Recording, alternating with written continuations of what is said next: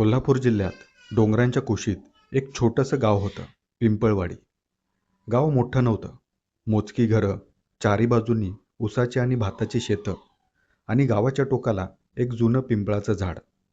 संध्याकाळ झाली की सगळ्या गावावर एक वेगळीच शांतता पसरायची. गुरं परत यायची, चुलींमधून दूरवर चढायला लागायचा आणि आकाश हळूहळू काळसर व्हायचं. गावाच्या शेवटच्या टोकाला एक छोटंसं मातीचं घर होतं. त्या घरात राहत होती कावेरी आजी. कावेरी आजी एकटीच राहायची.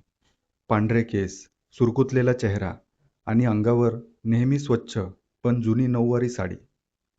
गावातल्या मोठ्यांशी तिचं फारसं बोलणं नसायचं, पण गावातली सगळी लहान मुलं तिच्यावर जीव लावायची. दर संध्याकाळी शाळा सुटली की मुलं सरळ तिच्या अंगणात जमायची. आजी, आज गोष्ट सांग ना. आजी, भूताची गोष्ट सांग ना. नाही नाही, आज राक्षसाची सांग. गणू, बंड्या, सोन्या, चिमणी सगळी मुलं वडाच्या झाडाखाली बसायची. कावेरी आजी हळूच हसायची आणि म्हणायची, अरे, तुम्हाला भीती वाटत नाही का भूतांच्या गोष्टी ऐकून? मुलं एकदम म्हणायची, नाही वाटत. मग आजी गोष्ट सुरू करायची. खूप वर्षांपूर्वी एका जंगलात एक राजा राहत होता. तिचा आवाज हळू पण जादूसारखा असायचा. मुलं शांत बसून डोळे मोठे करून गोष्ट ऐकत राहायची. कधी गोष्टीत भूत यायचं, कधी जादूगार, तर कधी राक्षस. पण शेवटी आजी नेहमी एकच गोष्ट सांगायची, वाईट माणसाचं कधीच भलं होत नाही. मुलांना तिच्या गोष्टी इतक्या आवडायच्या की कधी कधी त्यांना वेळेचं भानही राहायचं नाही. मात्र गावातल्या काही मोठ्या लोकांना हे आवडत नसायचं. मुलं रोज त्या म्हातारीकडे कशाला जातात, काय माहीत काय शिकवते ती, असं लोक कुजबुजत असायचे. पण मुलांना त्या गोष्टींची जादू लागली होती. विशेषतः गणूला. 7 वर्षांचा, खूप खट्याळ पण खूप उत्सुक असा मुलगा. तो रोज सगळ्यात आधी आजीकडे पोचायचा. आजी, आज मोठी गोष्ट सांगा, तो म्हणायचा. आजी त्यावर हसायची. अरे, इतक्या गोष्टी कुठून आणू मी? तुला सगळ्या गोष्टी माहीत आहेत, गणू ठामपणे म्हणायचा. त्या दिवशी ही संध्याकाळ नेहमीसारखीच होती.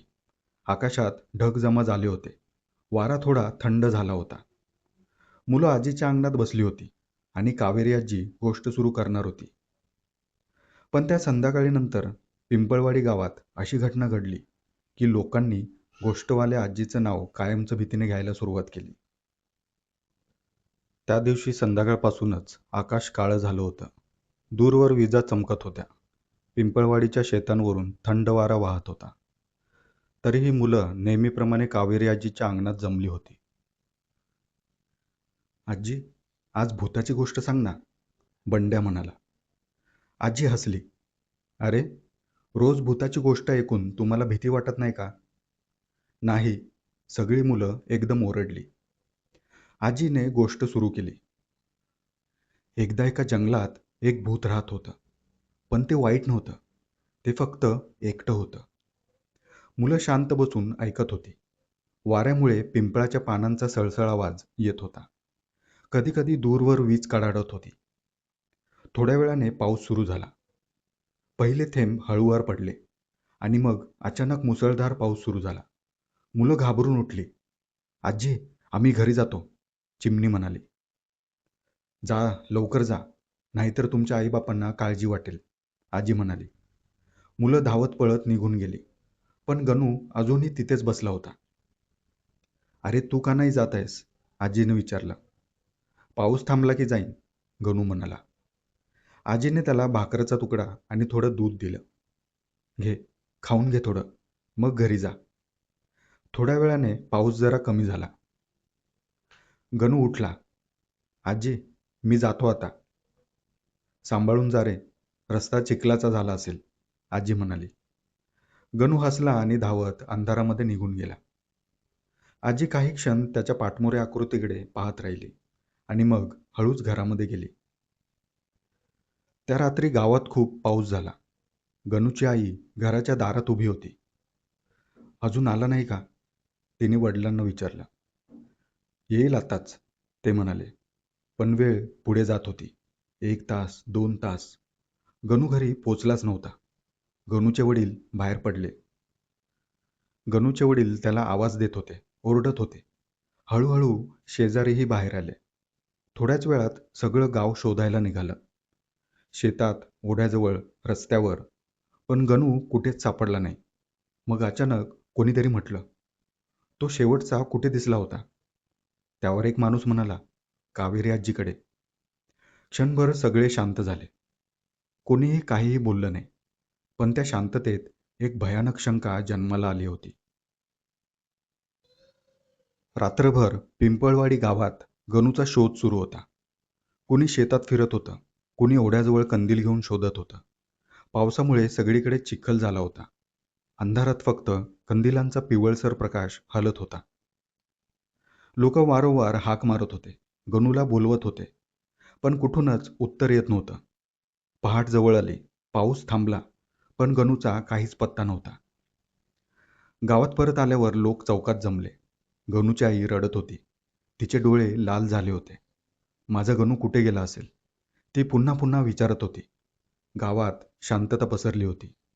तेवढ्यात एक माणूस हळू आवाजात म्हणाला, त्या आजीकडे जाऊन पाहूया, तिला विचारूया, तिला माहीत असेल सगळं. सगळ्यांच्या नजरा एकमेकांकडे वळल्या. कोणीही थेट काही बोललं नाही, पण शंकेची सावली सगळ्यांच्या मनात पसरली. थोड्याच वेळात काही पुरुष उठले. चला, तिच्याकडेच जाऊन विचारूया. 5-6 माणसं कावेरी आजीच्या घराकडे निघाली. आजी अंगणातच बसली होती. सकाळचा प्रकाश अजून पूर्णपणे पसरला नव्हता. त्यांनी जवळ जाऊन विचारलं, काल गणू तुझ्याकडे आला होता का? आजी शांतपणे म्हणाली, हो, होता इकडेच तो. पाऊस थांबला तेव्हा तो घरी गेला. खरं सांग, एक जण रागाने म्हटला. आजी घाबरली. मी खरंच सांगते, तो निघून गेला होता. पण त्यांच्या चेहऱ्यावर अविश्वास दिसत होता. गावात परत आल्यावर कुजबूज सुरू झाली. ती म्हातारी काहीतरी लपवते. तिला मुलांचा फार लळा आहे. काहीतरी काळं काम करत असेल ती. अफवा वाऱ्यासारख्या पसरू लागल्या. दिवस संपेपर्यंत संपूर्ण पिंपळवाडीमध्ये एकच चर्चा होती, गणू आणि कावेरी आजी. त्या दिवसानंतर मुलांना तिच्याकडे जाण्यास सक्त मनाई करण्यात आली. कावेरी आजीचं अंगण रिकामं पडलं. जिथे रोज मुलांच्या हसण्याचे आवाज यायचे, तिथे आता फक्त वाऱ्याची सळसळ ऐकू येत होती. आजी कधी कधी दारात बसून रस्त्याकडे पाहत बसायची. जणू कोणीतरी पुन्हा येईल अशी वाट बघत बसायची. पण पिंपळवाडी गावाने तिच्यावर विश्वास ठेवणं बंद केलं होतं. आणि काही दिवसांनी गावात अशी घटना घडली, ज्यामुळे त्या संशयाने आणखीन भयानक रूप घेतलं. गणू हरवून 3 दिवस झाले होते. पिंपळवाडी गावात एक विचित्र भीती पसरली होती. लोकांच्या चेहऱ्यावर चिंता होती, पण त्या चिंतेसोबत संशयही वाढला होता. गावातल्या चौकात लोक जमले होते. गणू अजून सापडला नाही, कोणीतरी म्हटलं. पोलिसांना कळवायला हवं, दुसरा म्हणाला. पण काही जणांचं लक्ष वेगळ्याच दिशेने होतं. एक वृद्ध माणूस हळू आवाजात म्हणाला, गणू शेवटी कुठे दिसला होता ते आपल्या सगळ्यांना माहिती आहे. सगळे शांत झाले. काही क्षणांनी कोणीतरी दुसरं बोललं, कावेरी आजीकडे. त्या दिवसापासून गावातल्या लोकांचा तिच्याकडे पाहण्याचा दृष्टिकोन बदलला. आधी जी मुलं तिच्या अंगणात हसत खेळत बसायची, ती आता दुरूनही तिकडे पाहायला घाबरू लागली. आईबापांनी त्यांना कडक सूचना दिल्या होत्या. त्या घराजवळ भटकायचं नाही. ती म्हातारी चांगली नाहीये. ती मुलांना पळवते, जादूटोणा करते. ती चेटकी नाही. हळूहळू गावाने कावेरी आजीला पूर्णपणे वाळीत टाकलं. दुकानदारांनी तिला वस्तू देणं बंद केलं. कोणी पाणी द्यायलाही तयार नव्हतं. रस्त्यावर भेटली तरी लोक तिच्याकडे पाहणं टाळायचे. कावेरी आजी सुरुवातीला सगळ्यांना समजावण्याचा प्रयत्न करत होती. मी काहीही केलं नाही, ती पुन्हा पुन्हा म्हणायची, पण कोणीही ऐकायला तयार नव्हतं. एक दिवस ती गावाच्या चौकात गेली. गणू माझ्याकडून गेला होता त्या रात्री. मी त्याला काहीही केलं नाही, ती थरथरत्या आवाजात म्हणाली. लोक तिच्याकडे संशयाने पाहत होते. कोणी काहीही बोललं नाही. त्या दिवशी कावेरी आजी हळूच परत आपल्या घराकडे चालत गेली. त्या दिवसानंतर ती जवळजवळ घराबाहेर पडलीच नाही. दर संध्याकाळी ती दारात बसायची. जिथे पूर्वी मुलं गोष्टी ऐकायला बसायची, तिथे आता रिकामं अंगण दिसायचं. कधीकधी ती हळू आवाजात गोष्ट सांगायला लागायची. एकदा एका गावात एक राजा होता. पण ऐकायला तिथे कोणीच नसायचं. फक्त वारा आणि पिंपळाच्या पानांची सळसळ. पिंपळवाडी गावाने तिचा न्याय आधीच ठरवला होता. आणि काही आठवड्यांनी एक सकाळ अशी आली, ज्यामुळे सगळं गाव पुन्हा हादरलं. गणू हरवून जवळजवळ महिना झाला होता. पिंपळवाडी गावात त्याची चर्चा अजूनही सुरू होती. पण आता लोकांनी शोध थांबवला होता. काहींना वाटत होतं तो कुठेतरी हरवला असेल, तर काहींना खात्री होती की त्या घटनेत कावेरी आजीचं काहीतरी रहस्य आहे. आजी मात्र पूर्णपणे एकटी पडली होती. गावातला कोणीही तिच्याशी बोलत नव्हता. दुकानात गेली तर लोक तिला दुर्लक्ष करायचे. रस्त्यावर भेटली तर लोक नजर चुकवायचे. तिचं अंगण, जिथे कधी मुलांच्या हसण्याचे आवाज यायचे, आता कायमचं शांत झालं होतं. संध्याकाळी ती नेहमीप्रमाणे दारात बसायची. कधीकधी ती अजूनही गोष्ट सांगायला लागायची. एकदा एका जंगलात एक छोटा मुलगा हरवला होता. ती थांबायची, मग आजूबाजूला पाहायची. जणू कोणीतरी अजूनही तिच्या गोष्टी ऐकत आहे असं तिला वाटायचं. पण तिथे कोणीच नसायचं. फक्त वारा आणि पिंपळाच्या झाडाची सळसळ. त्या रात्री आकाश पुन्हा ढगांनी भरलं होतं. गावावर काळोख पसरला होता. कावेरी आजी नेहमीप्रमाणे जास्त वेळ अंगणात बसली होती. ती हळू आवाजात म्हणाली, "गणू, तू घरी पोचलास ना रे बाबा?" कोणतंच उत्तर आलं नाही. थोड्या वेळाने ती उठली आणि घरात गेली. त्या रात्रीनंतर कावेरी आजी पुन्हा कधीच बाहेर दिसली नाही. दुसऱ्या दिवशी सकाळी गावातील एक बाई पाणी भरायला जात होती. ती आजीच्या घराजवळून गेली तेव्हा तिला घराचं दार अर्धवट उघडं दिसलं. तिला काहीतरी विचित्र वाटलं. ती हळूच आतमध्ये डोकावली आणि घाबरून मागे सरकली. घराच्या कोपऱ्यात कावेरी आजी जमिनीवर अस्ताव्यस्त पडली होती. ती मेली होती. काही वेळात ही बातमी संपूर्ण पिंपळवाडीत पसरली. लोक घराबाहेर जमले. कोणी म्हटलं म्हातारपणाने गेली असेल, तर कोणी म्हटलं देवाने शिक्षा केली. पण कोणालाही खरं कारण माहीत नव्हतं. गावकऱ्यांनी घाईघाईत तिचे अंतिम संस्कार केले. कोणी फारसं दुःख व्यक्त केले नाही. जणू गावाने आधीच तिच्याशी सगळे संबंध तोडले होते. पण कावेरी आजीचा मृत्यू हा या गोष्टीचा शेवट नाहीये. कारण काही दिवसांनी पिंपळवाडी गावात अशी घटना घडली, ज्यामुळे सगळ्या गावाच्या अंगावर काटा आला. कावेरी आजीच्या मृत्यूनंतर काही दिवस पिंपळवाडी गावात सगळं पुन्हा नेहमीसारखं झाल्यासारखं वाटू लागलं. लोक आपल्या कामात व्यस्त झाले. शेतात काम सुरू झालं. मुलं पुन्हा शाळेत जाऊ लागली. पण गावात कुठेतरी एक अस्वस्थ शांतता होती. जणू काहीतरी अजून संपलेलं नव्हतं. एका रात्री गणूचा मित्र बंड्या झोपेत अचानक बोलायला लागला. "आजी, अजून एक गोष्ट सांग ना." त्याची आई घाबरून उठली. "बंड्या." तिने त्याला हलवलं. तो झोपेतच पुटपुटत होता. आजी म्हणते, "गोष्ट अजून संपलेली नाही." आईच्या अंगावर काटा आला. दुसऱ्या दिवशी सकाळी गावामध्ये चर्चा सुरू झाली. कारण बंड्या एकटाच नव्हता. त्या रात्री 3 मुलं झोपेत बोलत होती आणि सगळ्यांनी एकच नाव घेतलं होतं, कावेरी आजी. गावात पुन्हा कुजबूज सुरू झाली. म्हातारी गेली खरी, पण तिचं काहीतरी राहिले मागे. रात्री पिंपळाच्या झाडाजवळ आवाज येतो म्हणे.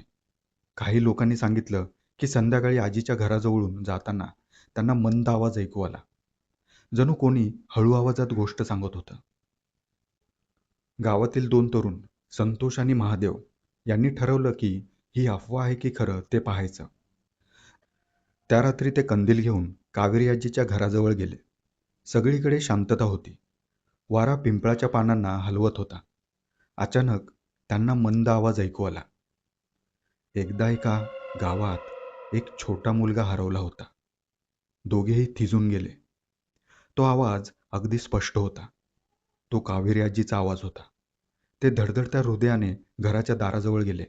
आतमध्ये अंधार होता आणि मग आवाज अचानक थांबला.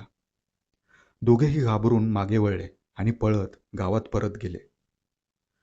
त्या रात्रीनंतर पिंपळवाडी गावात एक गोष्ट पसरली. संध्याकाळनंतर कावेरी आजीच्या घराजवळ कोणी जात नाही. कारण काही लोकांना खात्री होती, आजी अजूनही तिथे बसते आणि आपली गोष्ट पूर्ण करते. गावाजवळच्या जंगलाच्या आत एका जुन्या गुहेजवळ काही दरोडेखोरांचा अड्डा होता. मधोमध मोठी आग पेटलेली होती. भोवती 4-5 दरोडेखोर बसले होते आणि थोडं दूर एका झाडाला बांधलेला गनू बसला होता. त्याचे डोळे घाबरलेले होते. उद्या गावात जाऊन पैसे मागूया याच्या बापाकडनं, एक दरोडेखोर म्हणाला. दुसरा हसत म्हणाला, नाही दिले तर पोराला घेऊन जाऊया दुसरीकडं आणि तयार करूया आपल्यासारखं. गनू रडत होता. जंगलात रात्रीचा अंधार दाट झाला होता. अचानक तेवढ्याच झाडांमध्ये वारा जोरात वाहू लागला. आगीच्या ज्वाळा अचानक थरथरू लागल्या. एक दरोडेखोर म्हणाला, अरे, वारा इतका अचानक कसा सुटलाय? तेवढ्यात जंगलात कुठून तरी एक मंद आवाज ऐकू आला. एकदा एका गावात एक छोटा मुलगा हरवला. दरोडेखोर थिजले. कोण आहे तिकडे? एकाने ओरडून विचारलं. पण कुठेच कोणीही दिसत नव्हतं. थोड्या वेळाने आगीच्या प्रकाशात झाडामागे एक सावली हलताना दिसली. हळूहळू ती सावली पुढे आली. पांढरे केस, जुनी साडी, वाकलेली पाठ.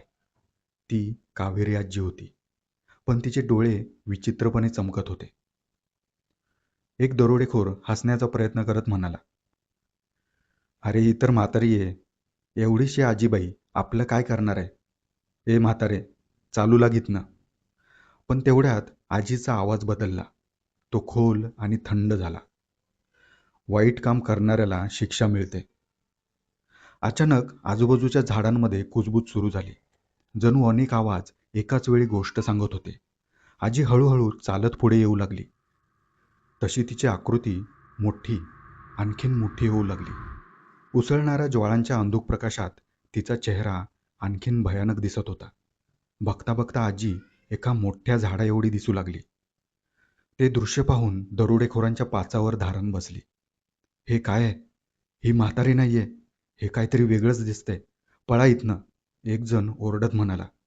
तेवढ्यात आगीची ज्वाळा अचानक विझली. जंगल पूर्ण काळोखात बुडालं आणि त्या अंधारात कावेरी आजीचा आवाज घुमला. मुलांना त्रास देणाऱ्यांना जंगल कधीच माफ करत नाही. दरोडेखोर घाबरून सैरावैरा पळू लागले. भूत आहे, एक जण जोरात ओरडला. क्षणात सगळे अंधारात पळून गेले. काही वेळाने जंगल शांत झालं. गनू अजूनही घाबरलेला दिसत होता. तेवढ्यात त्याला एक हलका आवाज ऐकू आला. गनू? त्याने वर पाहिलं. त्याच्यासमोर कावेरी आजी उभी होती, पण तिचा चेहरा आता शांत होता. ती हळू आवाजात म्हणाली, घाबरू नकोस, घरी चल. गनूच्या बांधलेल्या दोऱ्या स्वतःहून सैल झाल्या. तो उठला. आजी, तू आलीस? तो म्हणाला. आजी फक्त हसली. गनू जंगलातून धावत धावत गावात पोहोचला. पहाट झाली होती. पूर्वेकडे हलकी फिकट रेषा दिसायला लागली होती. गावात बहुतेक लोक अजून झोपलेले होते. गनूचा श्वास जोरात चालू होता. त्याचे कपडे फाटलेले होते. पाय चिखलाने माखलेले होते. तो धावत धावत थेट गावाच्या चौकात आला. चौकात फक्त 2 माणसं होती, पाटील काका आणि गनूचे वडील. ते पहाटेच शेताकडे जायला निघाले होते. अचानक धावत येणाऱ्या पावलांचा आवाज झाला. कोण आहे तिकडे? पाटील काका म्हणाले. कंदिलाचा प्रकाश पुढे टाकताच त्यांना एक आकृती दिसली. गनू. क्षणभर त्यांना विश्वासच बसला नाही. गनू? त्याचे वडील ओरडले. गनू थेट त्यांच्या मिठीत पडला. त्याचा श्वास धापा टाकत होता. बाबा, तो रडत म्हणाला. गनूच्या वडिलांच्या डोळ्यात पाणी आलं. त्यांनी त्याला घट्ट मिठी मारली. कुठे होतास रे तू? ते घाबरलेल्या आवाजात विचारू लागले. गोंधळ ऐकून हळूहळू गावातले लोक घराबाहेर आले. काही क्षणात चौकात बरीच माणसं जमली. सगळ्यांच्या चेहऱ्यावर आश्चर्य आणि धक्का दिसत होता. अरे हा तर गनू आहे. तो जिवंत आहे. लोक कुजबुजू लागली. गनू अजूनही थरथरत होता. पाटील काकांनी त्याला पाणी दिलं. थोडा वेळ शांत झाल्यावर गनू हळू आवाजात बोलू लागला. मला जंगलात नेलं होतं दरोडेखोरांनी. गणूने सर्व हकीकत सांगितली. गावात एकदम शांतता पसरली. लोक एकमेकांकडे घाबरून पाहू लागले.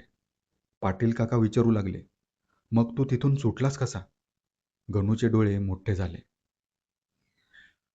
गणू हळू आवाजात म्हणाला, आजी आली होती. हे ऐकून लोक थिजून गेले.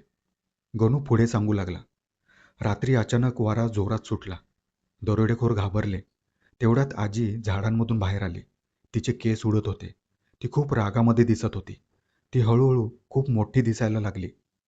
गणूचा आवाज थरथरत होता. ती मोठ्याने म्हणाली, मुलांना त्रास देणाऱ्यांना जंगल कधी सोडत नाही. गणू पुढे म्हणाला, तेवढ्यात आग विझली. सगळीकडे अंधार झाला. झाडं हालायला लागली. दरोडेखोर खूप घाबरले. ते सगळे पळून गेले. गावात पूर्ण शांतता झाली होती. गणूच्या शब्दांनी सगळ्यांच्या अंगावर काटा आला होता. गणू शेवटी म्हणाला, मग आजी माझ्याजवळ आली. तिने दोरी सोडवली आणि म्हणाली, घरी चल. तो आजूबाजूला पाहत म्हणाला, आजीने मला जंगलाच्या वेशीपर्यंत सोडलं आणि म्हणाली, इथून तू सरळ घरी जा. मी म्हणालो तिला, संध्याकाळी गोष्ट ऐकायला येतो आजी. त्या दिवसानंतर पिंपळवाडी गावात कोणीही कावेरी आजीबद्दल वाईट बोललं नाही. कारण लोक म्हणतात, संध्याकाळी वडाच्या झाडाखाली आजही कधीकधी एक हलका आवाज ऐकू येतो. गोष्ट अजून संपलेली नाही.